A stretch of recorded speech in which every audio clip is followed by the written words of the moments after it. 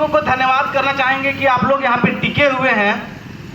तो खिचड़ी कल बना था तो जीएम साहब खाएं कि नहीं खाएं? यही गलती करते हैं।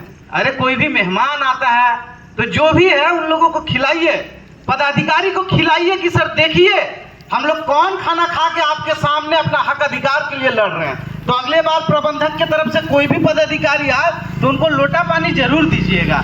आप लोगों से निवेदन है, क्या इस बार दीजिएगा ना?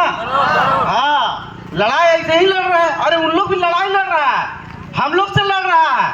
उन लोग सोच रहा है कि इन लोगों को कैसे हटाएं, और हम लोग भी लड़ रहे हैं कि हम लोग कैसे अपना हक अधिकार लें। तो अगले बार आए तो उनको भूखे प्यासे नहीं भेजिएगा, उनको खिचड़ी जरूर खिला के भेजिएगा। तो अभी बरसात का मौसम आ गया है। यहाँ पे जो बैठे हुए हैं ये लोग एक तरीके से मजदूर भी हैं, रैयत भी हैं और साथ ही साथ किसान भी हैं। अभी के टाइम पे सब लोगों को बिहन करना था, सब लोगों को खेत में रहना चाहिए था, सब लोगों को खेत में कादो करना चाहिए था, तब जाके बिहन होगा। लेकिन जैसा जीएम साहब का रवैया है, लग रहा है खेत में कादो बाद में होगा, पहले पिपरवार क्षेत्र में किचाइन होगा। लग रहा है कि खेत में कादो बाद में करेंगे, पहले आपके एरिया में किचाइन कर देंगे, जैसा आपका रवैया है। आप लोग बना के रखे हुए हैं high power committee, high power committee तय की है। अरे आप भूल गए हैं वो हाई पावर कमेटी था, आप लोग प्रबंधक मिलके उससे बात कर लिए, वो लागू नहीं करवा पाया। ये सुप्रीम पावर कमेटी बैठा हुआ है, ये तो आपका जबड़ा में हाथ डाल के खींच लेगा।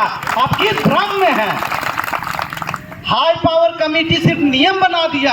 अरे नियम को कैसे लागू किया जाता है ना, वो यहाँ पे बैठा हुआ सुप्रीम पावर कमेटी आपको बता देगा। जीएम साहब अगर पता करना होगा तो पता कीजिएगा कि यहाँ पे कौन लड़का सब बैठा हुआ है। आपको नहीं मालूम होगा, बहुत पागल लड़का सब बैठा हुआ है, जाके पूछिएगा। जब चरण सिंह जीएम थे ना तो यही कृष्ण जी थे, यही महेंद्र जी थे, मुखिया जी भी गवाह हैं, पैदल जाके जर्जरा पहाड़ में चढ़ाए थे। कौन भ्रम में है आप? कौन भ्रम में है? उस टाइम ट्रेड यूनियन के नेता बोलते थे कि बचरा में उस टाइम एक आया था, कानून आया था कि बचरा हॉस्पिटल में 50 रुपया फीस लिया जाएगा। ट्रेड यूनियन का नेता ने सबका मुंह में माटी लेस दिया था, उन लोग कुछ बोलने को तैयार नहीं। प्रबंधक बोलते थे नियम ऊपर से बन के आया है। यही जीएम ऑफिस है, यही वो पागल लड़का सब है और यही व्यक्ति सब है जो यहाँ पे लगातार इसी बारिश के मौसम में भीग भीग के धरना दिए थे।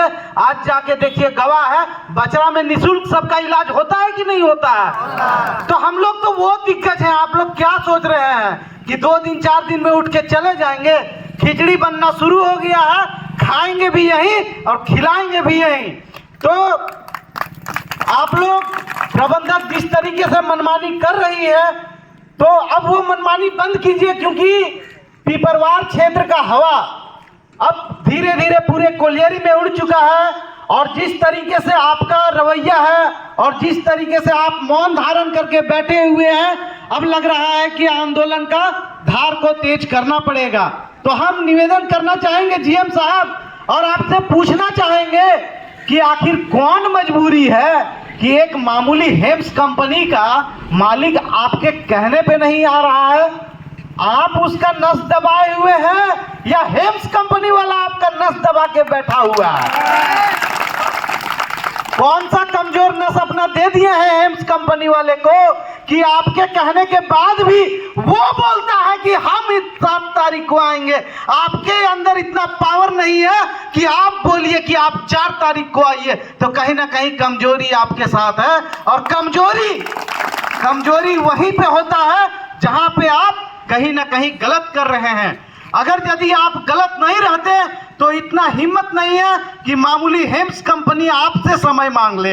ये जो पिपरवार में उल्टी गंगा धारा बह रहा है, उस उल्टी गंगा धारा को बंद करना पड़ेगा, क्योंकि यही उल्टी गंगा धारा को बहा करके आज तक आप लोग शोषण कर रहे हैं। आप लोगों को शर्म तक नहीं आता है कि हम लोग 8,000 9,000 में मजदूर को हम लोग यहाँ पे खटवा रहे हैं। क्या होता है 8,000 में? आप लोग खुद देखिए, आप लोग जिस गाड़ी में घूम रहे हैं शायद 20,000 का तो आप लोग डीजल प्रतिदिन फूकते होंगे, लेकिन आप लोग यहाँ पे मजदूर सबको 8,000 रुपये हम पूरे महीने पे खटा रहे हैं। तो ये बहुत शर्म की बात है कि आप लोग हर एक नियम का उल्लंघन करते हैं, चाहे वो श्रम कानून हो, चाहे भारत सरकार का हो, चाहे